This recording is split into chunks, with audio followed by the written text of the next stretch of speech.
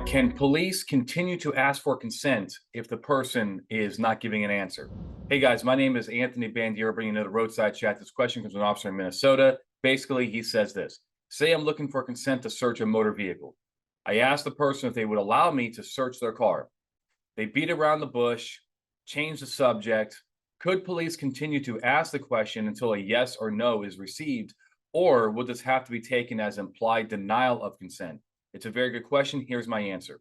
Now, if you are asking for consent during a traffic stop and you do not have reasonable suspicion of criminal activity, you're just trying to ask for consent because you have a hunch, then this is problematic. And it's problematic for this reason: it seems to violate the principles outlined in Rodriguez, a Supreme Court case that says that you have to focus on the mission of the traffic stop and you can't go off mission if it extends time. Well, if asking, okay, look, for asking for consent, we know is okay. Okay, there's no, Supreme Court case out there or any other case I'm aware of that said that you can't even ask for consent during a traffic stop.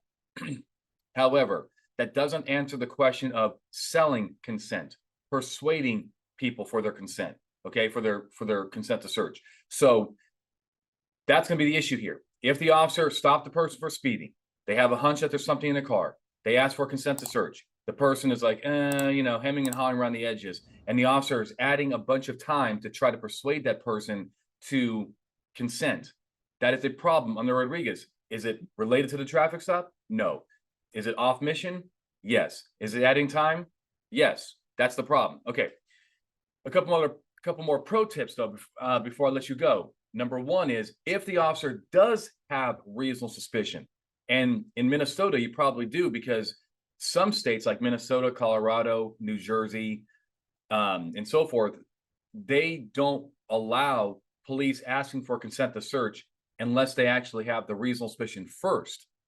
So if you do have reasonable suspicion that the person's involved in criminal activity, then maybe now, and you have kind of like you transform the traffic stop from a traffic violation to a criminal investigation. Maybe the consent to search is related to now for the reason for the stop. Does that make sense?